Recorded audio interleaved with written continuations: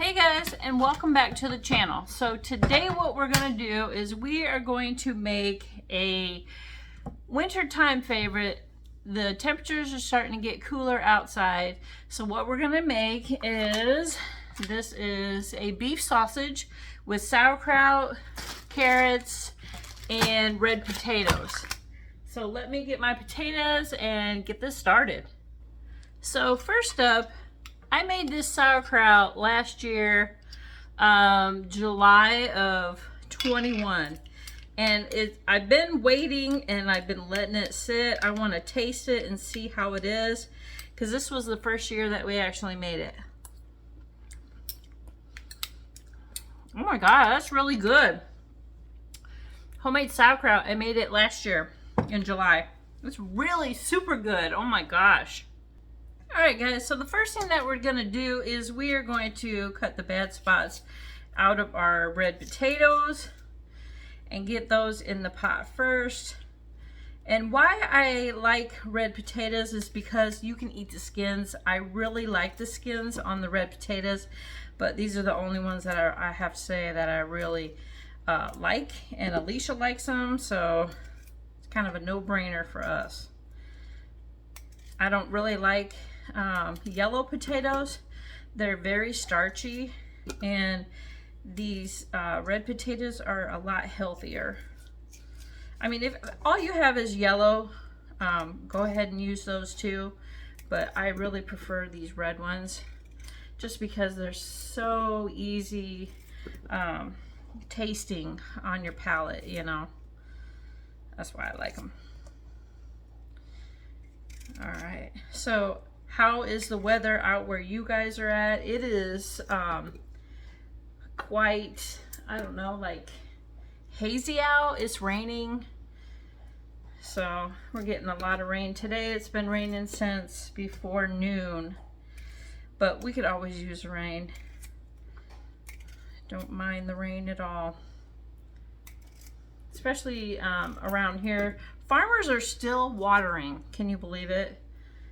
Which is crazy because like the corn stalks are all getting yellow. So I'm not really sure if they're just not remembering to shut the irrigations off or what is happening. But this one got a bad spot in it.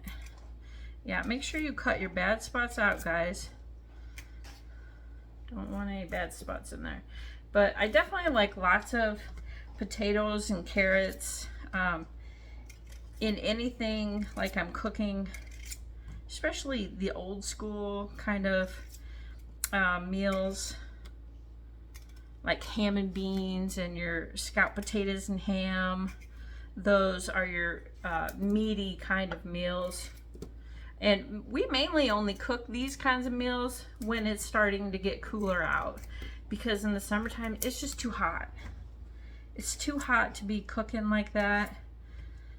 Besides canning, I know canning is a priority in our house in the summertime, because we do a lot of gardening and we really like to preserve what we grow. I mean, it's just, shoot, my grandma, actually both on my dad and my mom's side, they both had big gardens. My mom is one of 17 kids. My grandma had 3 sets of twins, and so they had to provide food in other ways, because my grandpa actually worked for the railroad. He retired from the railroad, yep, and so they needed extra to feed all them children. Now, they all weren't like at the house at one time. Like a couple of my uncles, they joined the military. My Uncle Paul was in the Air Force. Uncle George and Jim were in the Army, and Kenny was in the Marines. So, you know, they weren't all at the house at the same time. So they're in various ages. Like the oldest was almost 10 years older than the, well, probably 10, almost 12 years older than the youngest child, which is my Aunt Shirley. She's the baby of the family. So, yeah. Like my mom just turned 74 and my Aunt Shirley just turned, I want to say 66 maybe. So they're significantly younger, but not like terribly younger. Yeah, some of these potatoes been sitting kind of long. All right, got one more to do, and then we can move right along here. All right. Yeah, so that's all you do is you just quarter your potatoes into sizes that your family likes, and we can get rid of that. And then I'm going to put the carrots in. So you want to put your slow cooking stuff on the very bottom. And I like a lot of carrots in my stuff because I love carrots. All right.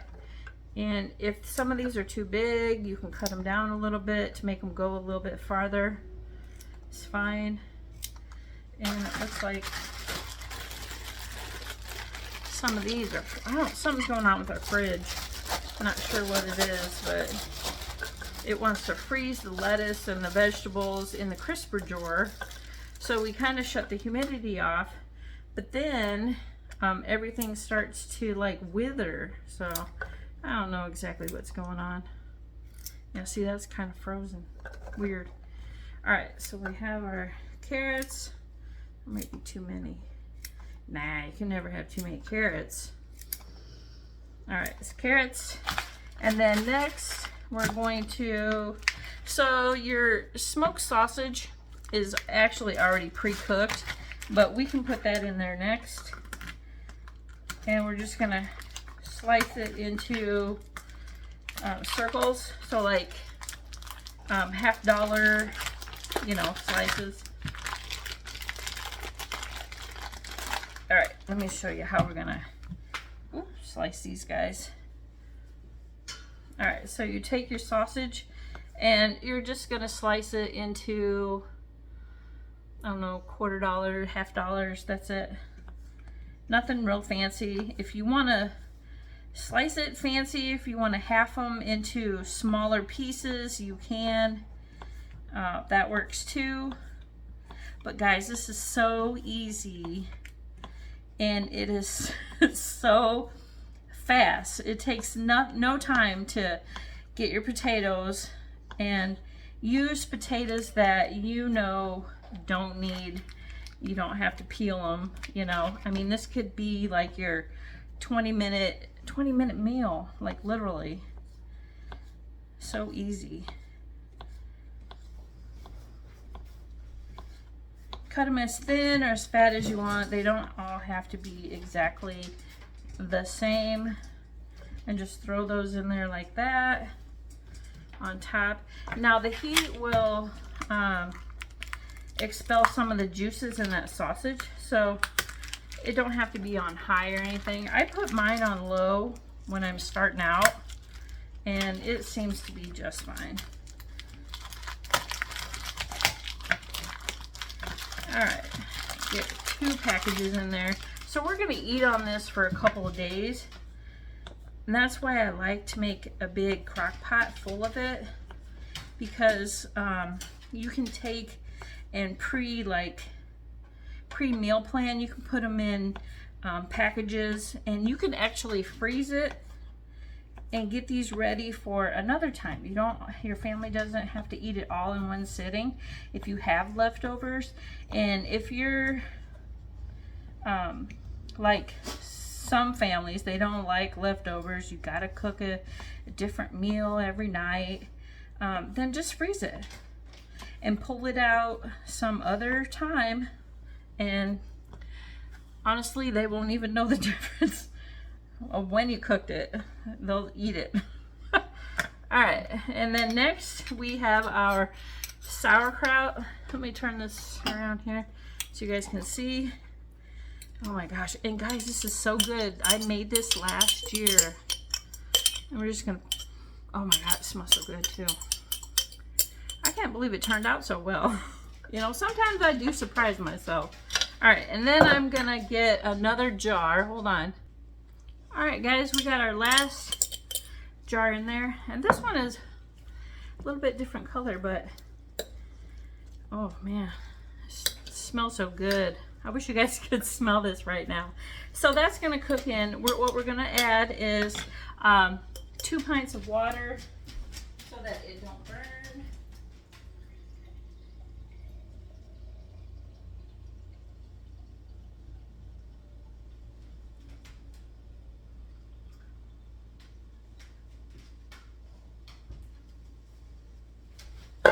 All right, and then it's just gonna settle on the bottom, and we're going to put that on low. And that is all she wrote, guys. That's it. It's such a super simple meal, and you don't have to worry.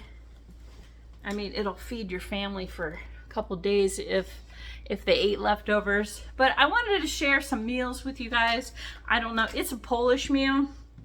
My grandmother is a little Polish. The Tyson side of my family are Polish. So this was one of the meals that we grew up with. It was super easy, and you can, if you like more vegetables in it, you can put broccoli, you can put cauliflower chunks in there. You just have to remember not to overcook it. So once it's done cooking, you're gonna have to shut it off because your broccoli and your cauliflower will get mushy. So, all right, guys, there we have it. It's just a quick winter meal. Hope you guys enjoyed this video, and we'll catch you on the next one. Thanks for watching.